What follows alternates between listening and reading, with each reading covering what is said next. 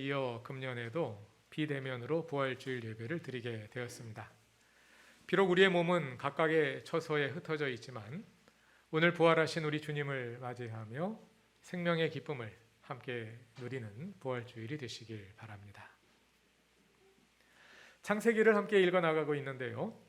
마침 오늘 읽을 차례가 된 창세기 15장 1절부터 6절까지는 사도 바울이 로마서 4장에서 예수 그리스도의 부활과 관련지어 해석한 본문입니다. 그래서 오늘은 부활주일을 맞아 창세기 15장을 로마서 4장의 관점으로 읽어보고자 합니다. 창세기 15장이 부활의 주제와 관련될 수 있는 것은 사도 바울이 이 본문에서 죽음이라는 주제를 찾아냈기 때문인데요. 로마서에서 죽음이라는 주제는 다시 죄라는 주제와 긴밀하게 연결되어 있습니다. 그래서 로마서에서는 창세기에 표면적으로 드러나는 것과는 상당히 다른 방향으로 논의가 발전합니다. 그것은 바울의 목적이 창세기 본문을 해석하는 그 자체에 있지 않고 아브라함이라는 인물과 관련하여 대두된 다른 질문에 답하는 데 있기 때문입니다. 그래서 오늘 설교는 같은 이야기지만 창세기보다는 로마서의 관점으로 본문을 읽게 될 것입니다. 사실은 지난 주일이 창세기 15장을 읽을 차례였습니다. 그런데 부활에 관련된 본문이므로 오늘 읽으려고 일부러 한 주 미루고 지난 주일에는 외부 강사를 모셨습니다. 지난 주일 설교는 어떠셨나요? 기도원 이야기를 그동안 읽던 것과는 반대 방향으로 읽었는데요. 어떤 교우가 말씀하시기를 설교를 잘 들어보니 설교자의 본문 해석에 동의하면서도 왠지 잘 받아들여지지는 않더라, 이런 말씀을 하시더군요. 아마도 그 이유는 우리가 성경을 위인전으로 읽는 관습에 익숙하기 때문일 것입니다. 대개 위인전은 주인공을 삶의 모델로 제시하지요. 그래서 위인전에 담긴 인물들은 미화되어 있는 경우가 많습니다. 이 사람처럼 되라, 이 사람처럼 행동하라 하는 메시지를 은연중에 전달합니다. 우리가 그동안 성경의 인물들을 주로 그러한 방식으로 읽어왔습니다. 성경 이야기의 주인공으로 등장하는 인물들이 하나님의 뜻을 대변하는 것으로 은연중 전제하고 그들이 어떤 말을 하고 어떤 행동을 했든지 그것을 어떻게든 긍정적으로 해석하여 신앙의 모델로 삼으려 하는 것이지요. 그러나 예수님을 제외하고는 성경에 등장하는 어떤 사람도 완전하지 않습니다. 그것은 우리가 창세기를 읽으며 거듭 확인해 온 점이기도 합니다. 창세기 3장은 인류의 원형인 아담과 하와가 타락했음을 보여주고요. 노아는 당대에 의롭고 흠이 없는 사람이라 불렸습니다만 홍수 후 첫 장면에서 술에 취해 벌거벗은 채 자기 장막에 누워있는 모습으로 나타나 우리를 당혹하게 했죠. 또 믿음의 조상인 아브람은 이집트에 내려갔을 때 자기가 살아남기 위해 아내 사레를 누이라 속여서 바로 왕에게 거의 팔아넘기듯이 보내버리는 모습을 보였습니다. 그러므로 성경을 위인전으로 읽으면 안 됩니다. 성경은 어떤 인물도 미화하지 않기 때문입니다. 우리는 성경에 나오는 인물이 아무리 영웅적인 존재라 하더라도 그들의 말과 행동이 정말 하나님의 뜻을 대변하는 것인지 아니면 벗어나 있는 것인지 주의 깊고 신중하게 읽어야 합니다. 그래서 사람이 무엇을 했느냐를 보는 데서 그치지 않고 그 이야기 속에서 하나님이 무엇을 하셨는지를 보아야 합니다. 그리고 그 인물을 하나님의 관점에서 평가해야 합니다. 물론 하나님의 뜻이 항상 분명히 드러나는 것은 아닙니다. 이 이야기에 담긴 하나님의 뜻이 무엇인지, 도대체 이 인물이 어떻게 행동하는 것이 하나님의 뜻을 행하는 것인지 모호한 경우들도 많이 있습니다. 그래서 이러한 평가는 매우 조심스럽게 이루어져야 합니다.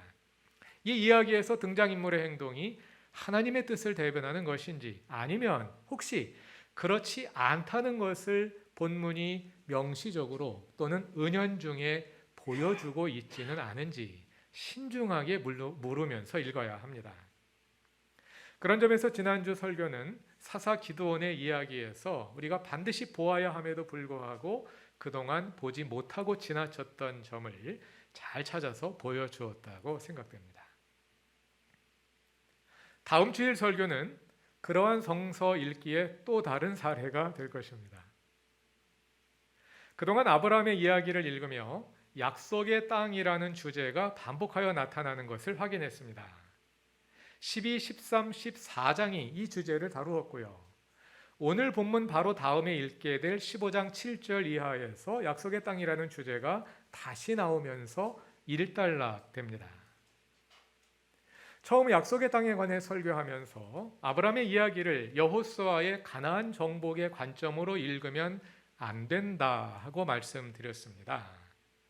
여호수아가 가나안 땅을 점령할 때 가나안의 부족들을 하나도 남김없이 모조리 죽여버리는 종족 학살을 했지요. 그런 전쟁을 가리켜 헤렘이라고 부르는데요.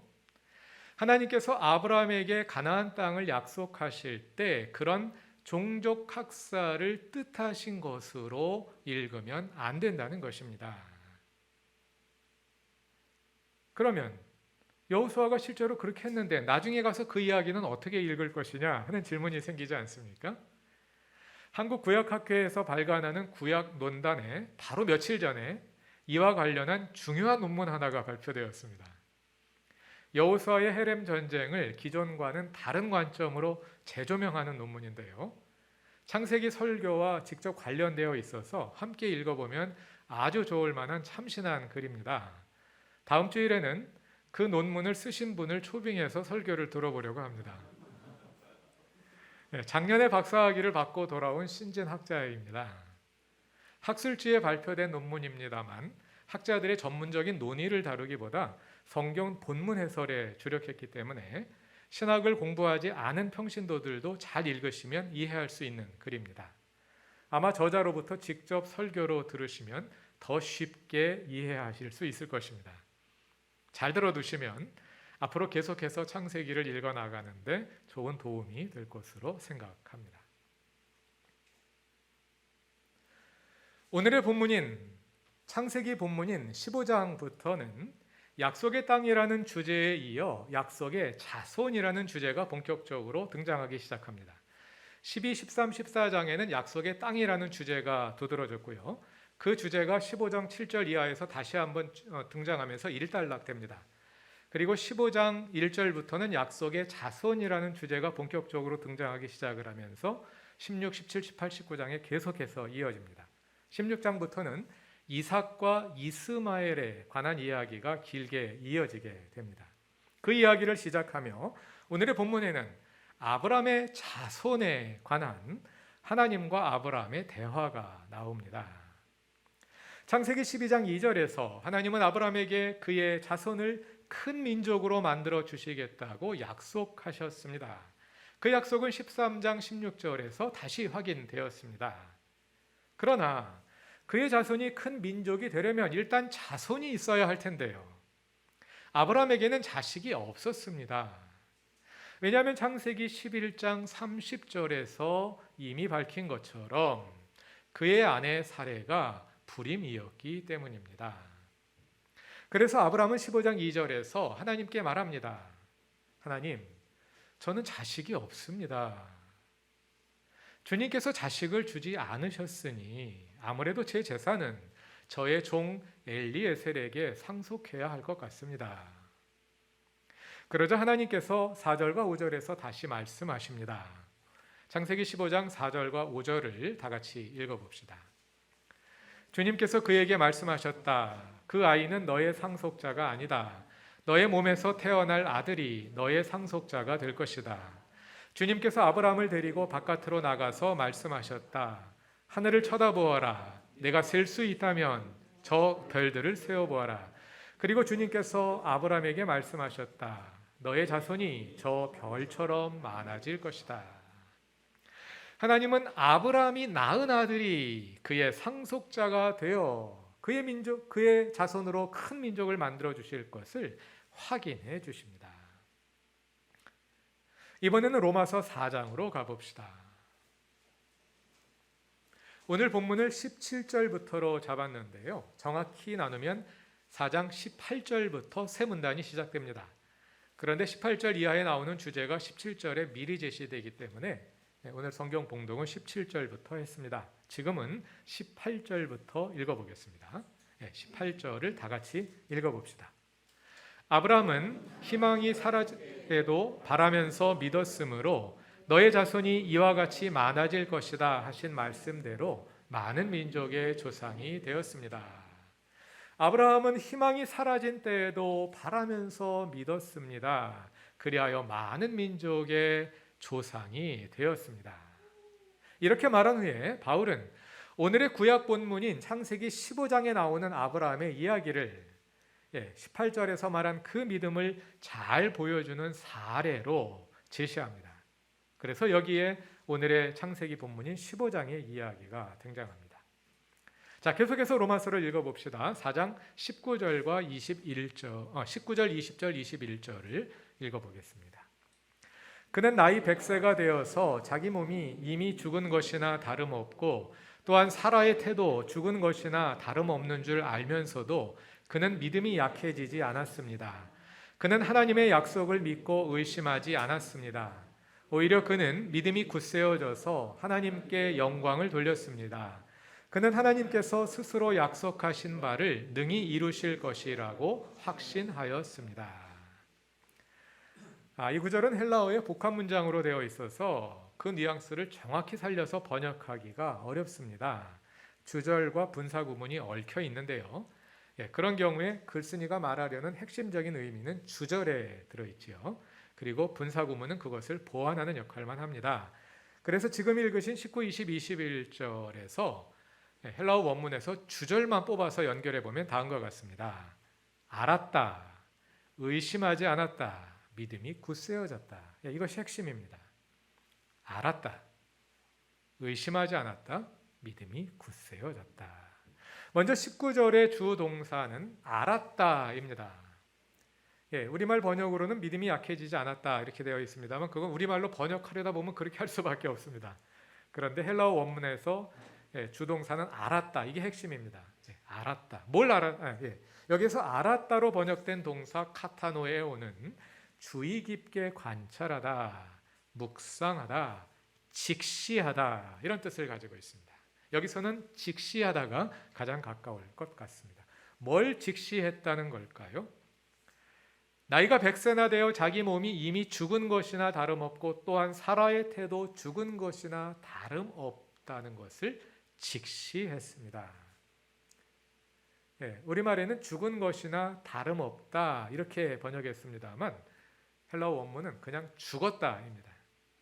죽었음을 직시했다. 19절을 원문에 가깝게 직역하면 다음과 같습니다. 그리고 그는 믿음이 약해지지 않은 채 자신의 몸이 나이 100세나 되어 이미 죽었음과 그의 아내 사라의 태의 죽음을 직시했습니다.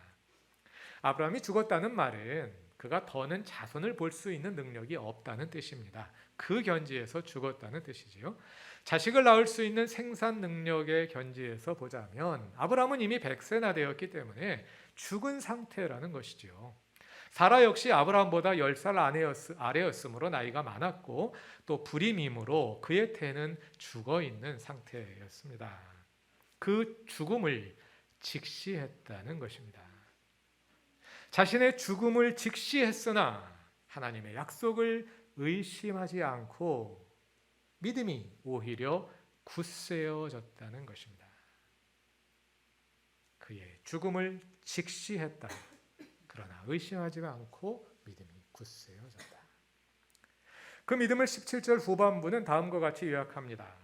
이 약속은 그가 믿은 하나님, 다시 말하면 죽은 사람들을 살리시며 없는 것들을 불러내어 있는 것이 되게 하시는 하나님께서 보장하신 것입니다.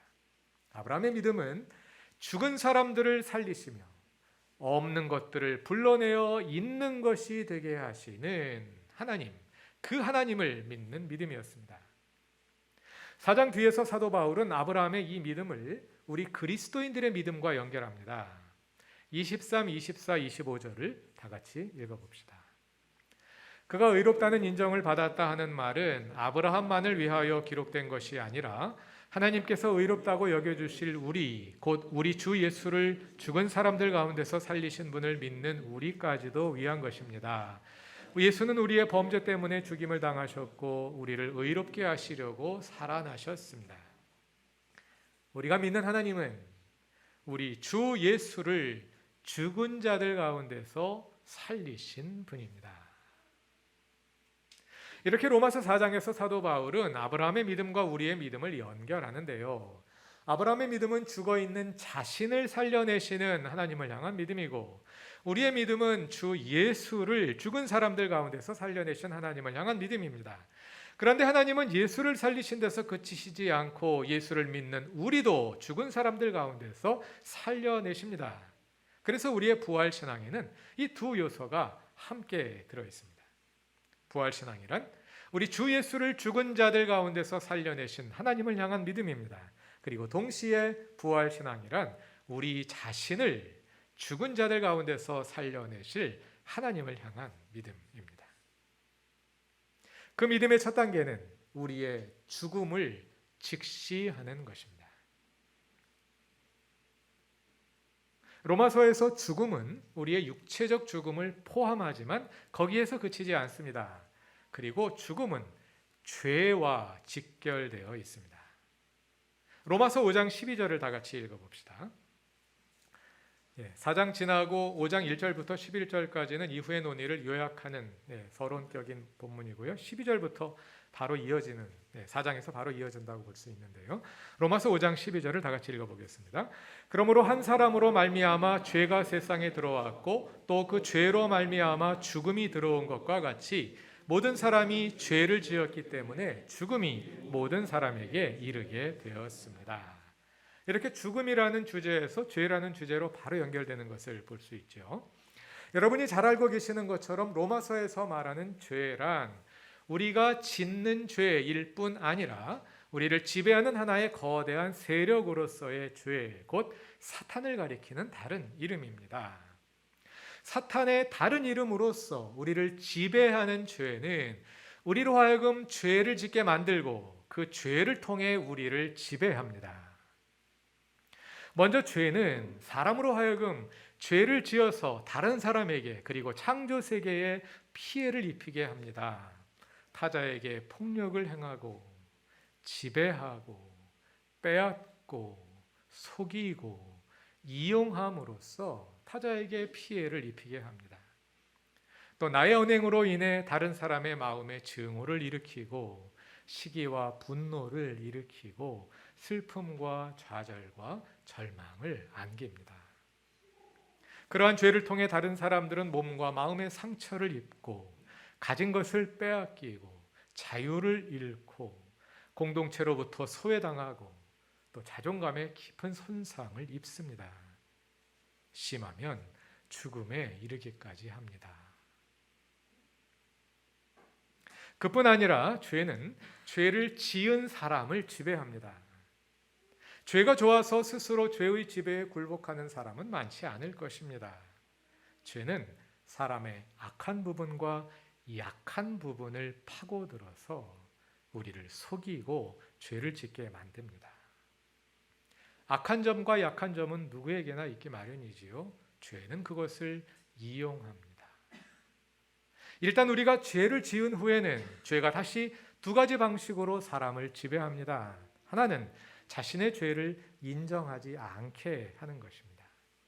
그리고 이런 일이 반복되다 보면 죄에 대한 일종의 면역이 형성되고 양심이 무디어져서 다음에는 더 큰 죄를 스스럼 없이 저지르게 됩니다. 다른 하나는 그와 반대 방향에서 우리를 죄책감에 짓눌리게 하는 것입니다. 내가 지은 죄로 인해 나는 이제 끝났다고 여기게 하고 죄를 해결할 수 없는 복잡하고 절망적인 문제로 만들어버립니다. 죄로 인해 다른 사람들과 관계가 단절됩니다. 그리고 결국은 하나님과의 관계 단절에 이르게 합니다. 죄인으로 하여금 하나님의 도우심을 받을 수 없도록 만드는 것입니다. 그것이 진정한 죽음이지요.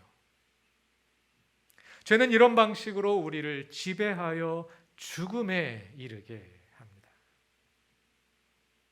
그러므로 우리는 죄에 대한 민감성을 가지고 죄를 멀리하며 우리의 잘못을 직시하고 그것을 해결하기 위해 힘쓰되 죄책감을 이용하여 우리를 지배하려 드는 죄의 권세에 우리를 내어주지는 말아야 합니다.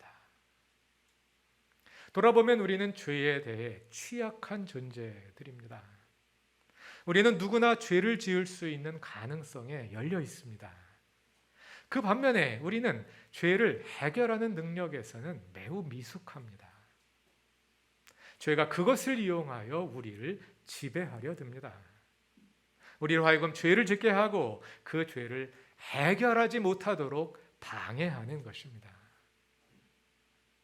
그러나 하나님 앞에서 해결하지 못할 죄는 없습니다. 우리가 우리의 죄를 인정하고 회개하고 주님께 돌아갈 때 주님은 그 죄를 해결해 주시고 또 우리로 하여금 그 죄를 해결할 수 있도록 도와주십니다. 그 하나님의 도우심이 예수 그리스도의 십자가에서 결정적으로 나타났습니다. 예수 그리스도께서 십자가에서 죽임 당하심으로 죄의 권세, 죽음의 권세를 무너뜨리시고 우리를 죄의 지배로부터 해방하셨습니다. 그 예수와 함께 죄의 지배로부터 해방된 삶을 살아가는 것이 부활의 삶입니다. 한편으로 우리 밖에 있는 죽음의 세력을 거부하는 것입니다. 그리고 다른 한편으로는 우리 속에서 우리를 지배하려 하는 죄의 지배에 대항하여 십자가의 능력으로 맞서 싸우는 것입니다. 죽은 자들을 살리시는 하나님을 향한 아브라함의 믿음은 그의 죽음을 직시함으로부터 출발했습니다. 우리도 우리의 죽음을 직시해야 합니다. 우리의 몸과 마음, 우리의 삶의 구석구석에 도사리고 있는 죄의 지배를 간파하고 우리를 짓누르고 있는 죽음의 영향력을 직시해야 합니다. 그러나 그로 인해 믿음이 약해지지 않고 하나님께서 우리를 살리실 것을 확신하며 담대하게 주님 앞으로 나아가야 합니다. 주님께서 우리를 살리실 것입니다. 주님께서 우리를 용서하시고 죄의 유혹에 끌려가지 않도록 죄의 지배에 굴복하지 않도록 주님께서 우리를 변화시키실 것입니다. 죄의 지배를 이겨낼 힘과 지혜를 주실 것입니다. 오늘 부활주일 주님께서 우리에게 생명의 은혜를 내리셔서 우리로 하여금 부활의 생명을 누리며 부활의 삶을 살아가게 하시기를 바랍니다. 다 같이 기도드리겠습니다. 다시 사신 주님, 부활주일 기쁨의 예배를 드리며 생명의 은혜를 누리게 하심을 감사합니다. 십자가에서 독침을 제거당한 죄가 여전히 우리를 유혹하고 위협하지만 주님의 생명을 힘입어 죽음을 이기고 부활의 삶을 살게 하소서. 우리의 연약함을 아시는 주님, 우리와 함께 계셔서 변화시켜 주시고 우리의 삶 속에 부활의 생명을 새롭게 하소서. 예수님의 이름으로 기도드립니다.